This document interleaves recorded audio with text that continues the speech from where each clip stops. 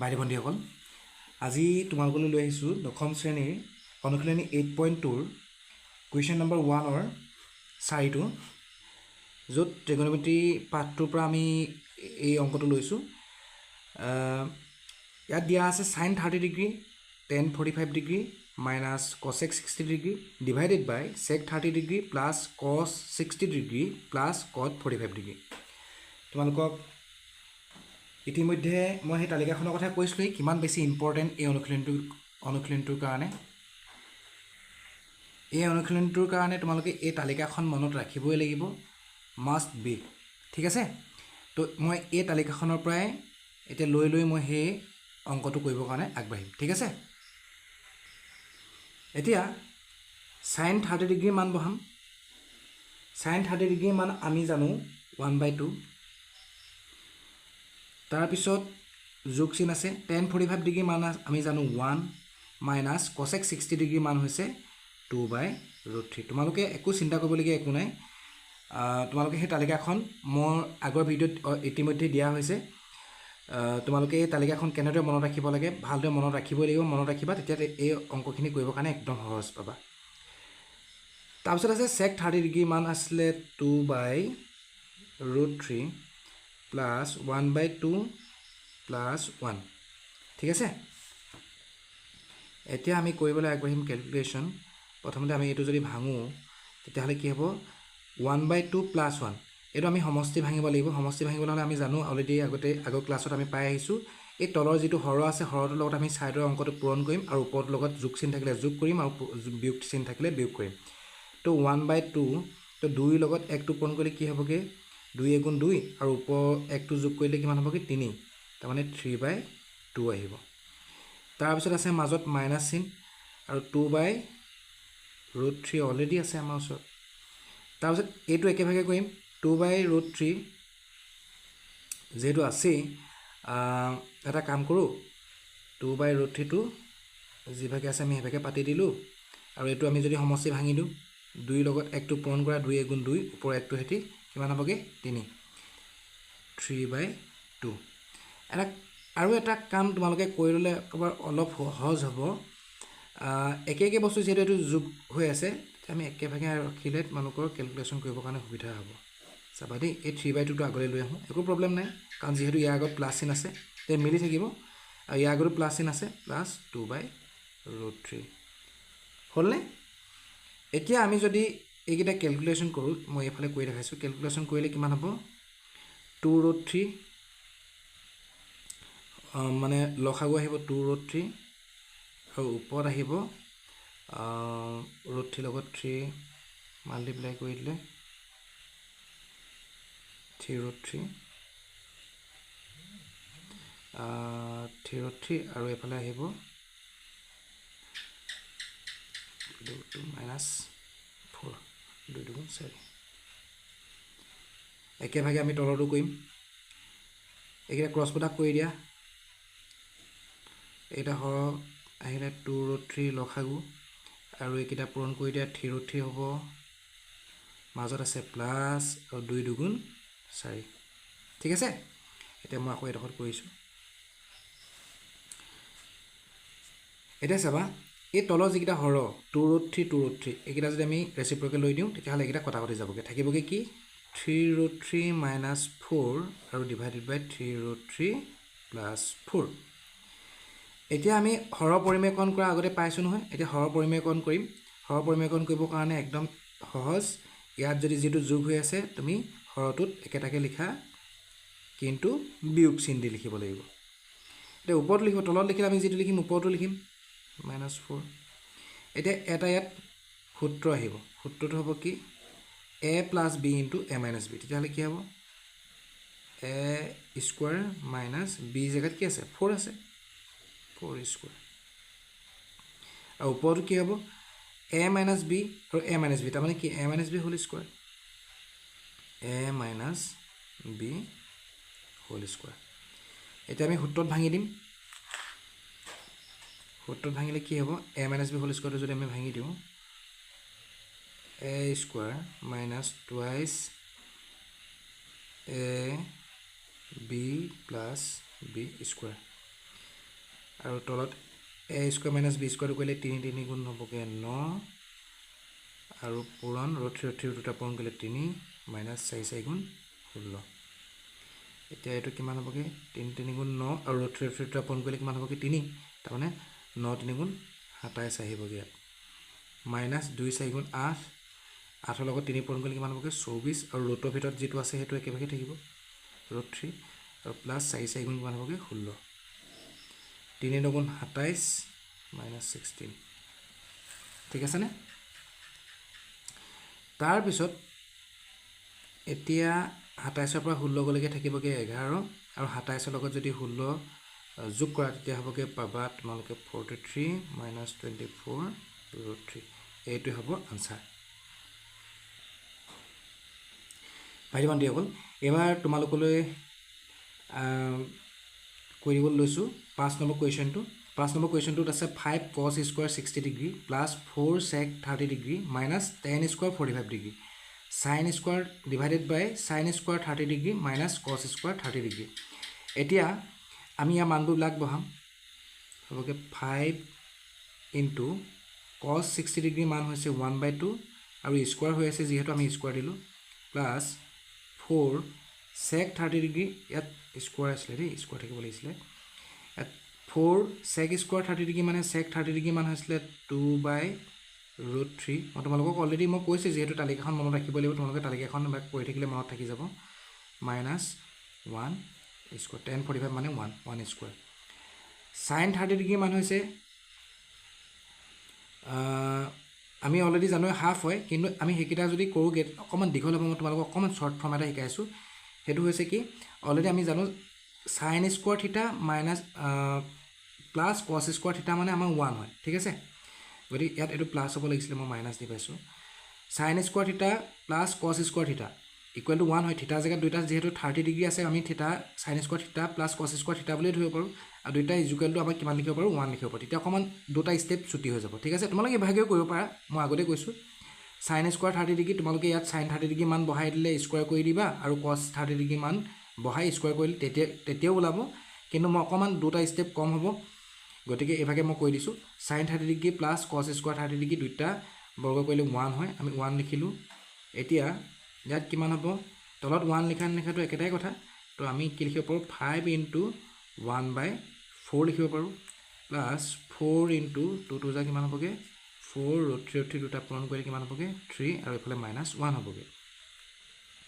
তো এইটো কৰিলে কিমান হ'বগৈ 5/4 প্লাছ 16/3 মাইনাছ 1 আৰু এই গোটেইকেইটা যদি আমি লসাগু লওঁ কিমান পামগৈ 12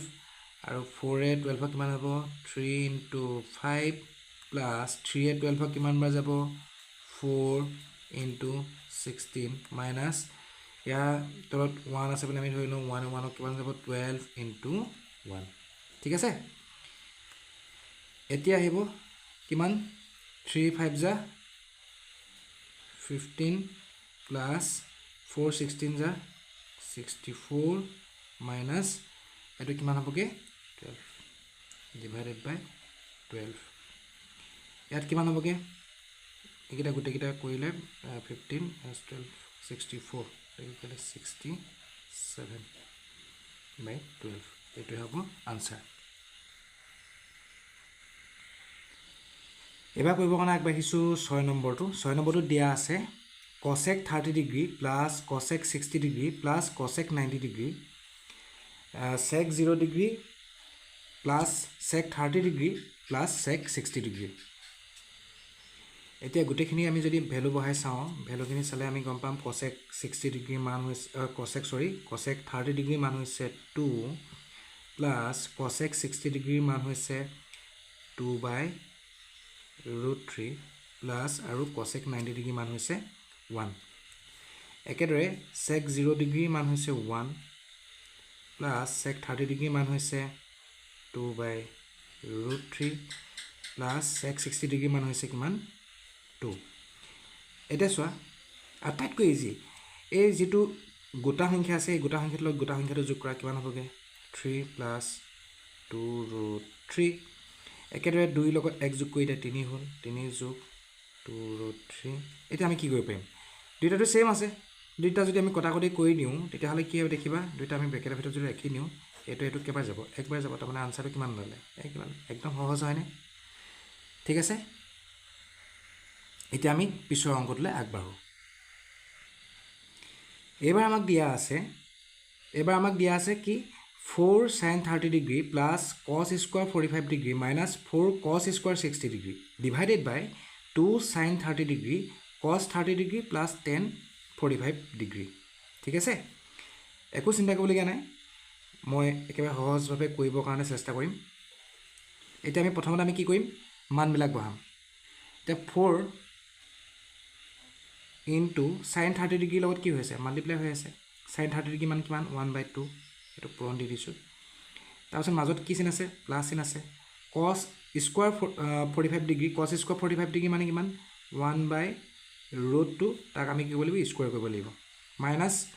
4 আকৌ ইনটু হৈ আছে cos 60 degree মান হৈছে 1/2 আৰু স্কয়াৰ হৈ থকা নাই আমি স্কয়াৰ দিলো 2 into sin 30 degree মান হৈছে 1/2 আকৌ তাৰ লগত cos 30 degree আমাক কি হৈ আছে পূৰণ হৈ আছে cos 30 degree মান হৈছে √3/2 গতিকে এটো আমি পূৰণ কৰি হিচাপে লিখিব লাগিব আৰু প্লাস tan 45 degree মান হৈছে 1 এতিয়া আমি যদি কটাকটি কৰো এই দুইটো কটাকটি গলগে 2 এ 4 কেবাৰ যাব দুবাৰ যাব অকমান সৰু হৈ যাব তেতিয়া এতিয়া আমাক কিমান থাকিবগে এফালে থাকিবগে 2 লগত 1 পূৰণ কৰিলে 2 গুণ 2 1/2 থাকিব কাৰণ √2 আপন কৰিলে 2 হ'বগে মাইনাস এফালে কি থাকিব 1/4 ইনটু আৰু এটা স্টেপ লিখি দিম আৰু তোমালোকৰ সুবিধা হোৱাকে এতিয়া 4 কি হ'ব কেনসেল যাবগে এফালে কি থাকিবগে অনলি √3/2 প্লাস 1 থাকিবগে তাৰ পিছত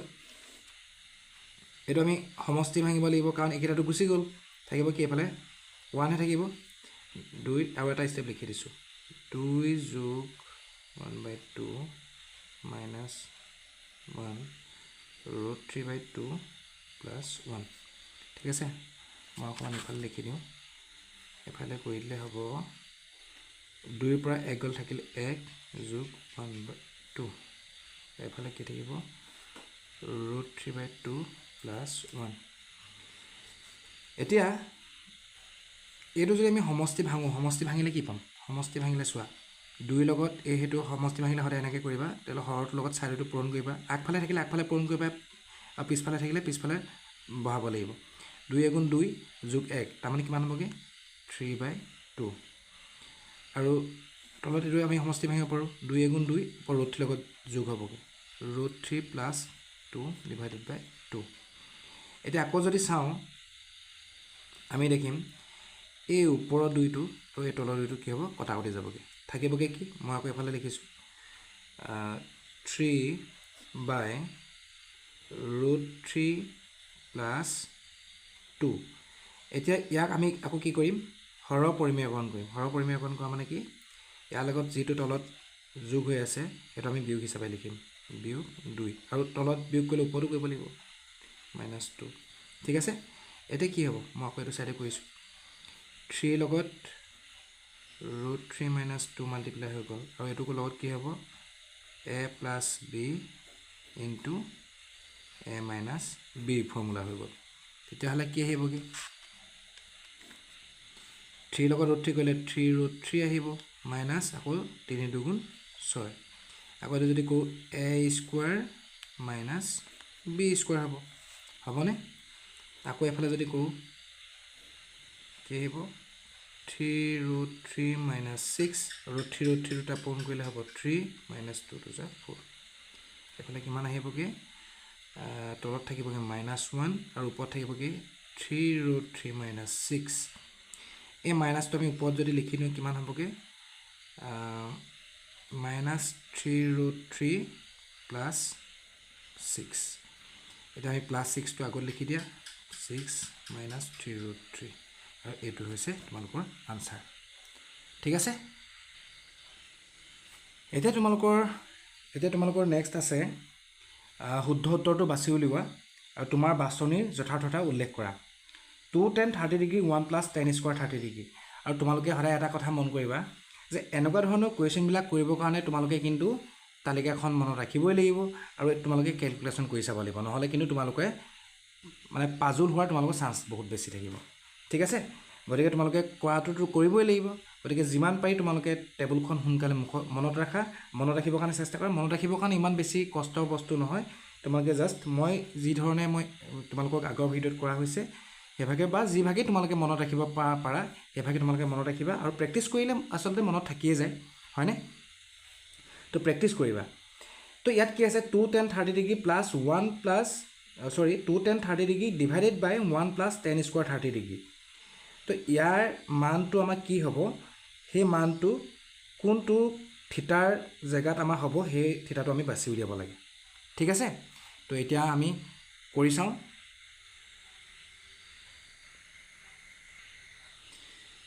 এতিয়া 2 tan 30 ডিগ্ৰী, 2 tan 30 ডিগ্ৰী মান কিমান হ'ব 1/√3 1 প্লাছ এতিয়া tan 30 ডিগ্ৰী মান কিমান বুলি কৈছিলোঁ আকৌ 1/√3 ইয়াত স্কুৱাৰ আছে স্কুৱাৰ লিখিম, হয়নে? তো ইয়াক আমি এতিয়া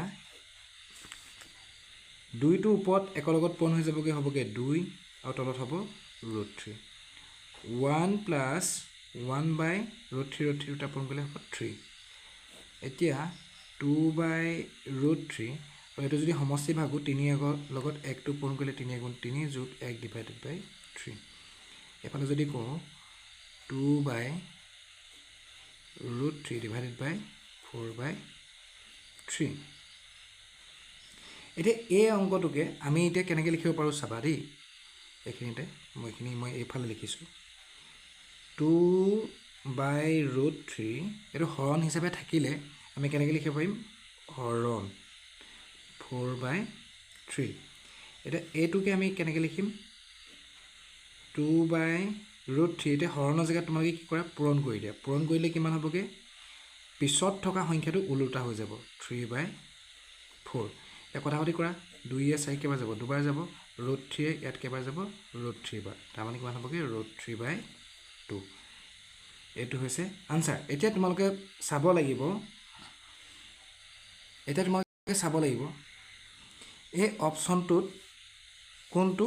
আমি যিমান মান পাইছিলোঁ ইয়াত মান কিমান পাইছিলোঁ √3/2 পাইছিলোঁ। এতিয়া √3/2 কোনটো ইয়াত মান হ'ব, sin 60 ডিগ্ৰী মান √3/2 হ'ব, cos 60 ডিগ্ৰী মান √3/2 হ'ব, tan 60 ডিগ্ৰী মান √3/2 হ'ব নে sin 30 ডিগ্ৰী মান হ'ব? এতিয়া আমি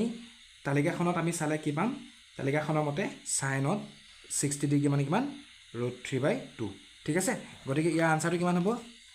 ইয়াৰ আনচাৰটো হ'ব option A sin 60 degree. Next কুৱেশ্যনটো আছে 1 minus tan square 45 degree 1 plus tan square 45 degree. একেবাৰে সহজ চোৱা 1 মাইনাছ tan স্কুৱাৰ 45 ডিগ্ৰী মান আমি বহাম 1 আৰু স্কুৱাৰ থকাৰ কাৰণে বহাম স্কুৱাৰ,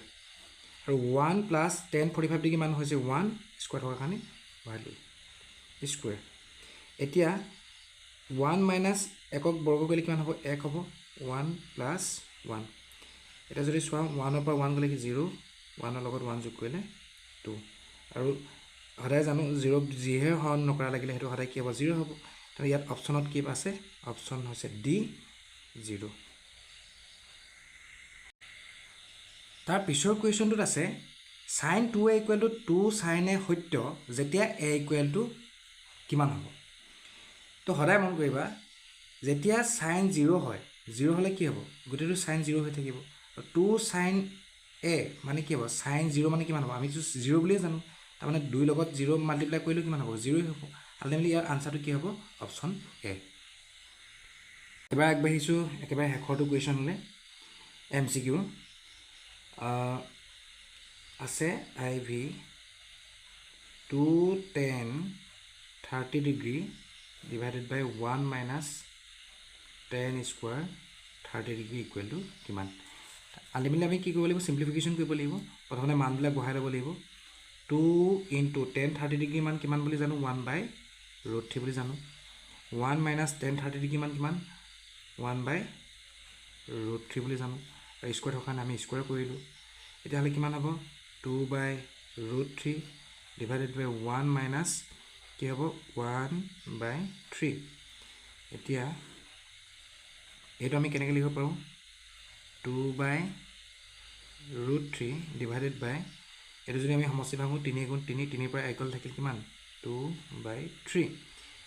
আৰু তোমালোকক মই শিকাইছিলোঁ এইটো কেনেকৈ লিখিব লাগে 2/√3 হৰণ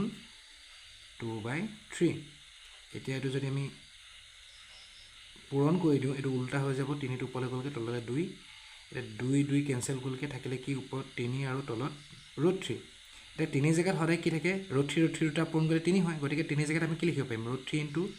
√3 ডিভাইডেড বাই √3 এটা গ'লগৈ থাকিলে কিমান √3 এতিয়া √3 কিমান ডিগ্ৰী হয় তোমালোকৰ অপশ্যনত কি আছিলে অপশ্যনত আছিলে এখনত চাওঁ অপশ্যনত আছিলে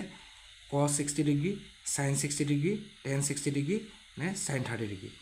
ইয়াত অপশ্যনটো হ'ব চি tan 60 ডিগ্ৰী মান সদায় √3 হয় ঠিক আছে ইয়াৰ আনচাৰটো কি হ'ব tan 60 ডিগ্ৰী ঠিক আছে আজিলৈ ইমানতে সামৰণি মাৰিছোঁ ইয়াৰ পিছত নেক্সট ভিডিঅ'টো লৈ পুনৰ আহিম তোমালোকৰ মাজলৈ আৰু তোমালোকে যদি ভাল পোৱা তেনেহ'লে তোমালোকৰ বন্ধু বান্ধৱীসকলৰ মাজতো ভিডিঅ'টো শ্বেয়াৰ কৰি দিবা আৰু তোমালোকে ছাবস্ক্ৰাইব কৰি ল'বলৈ নাপাহৰিবা থেংক ইউ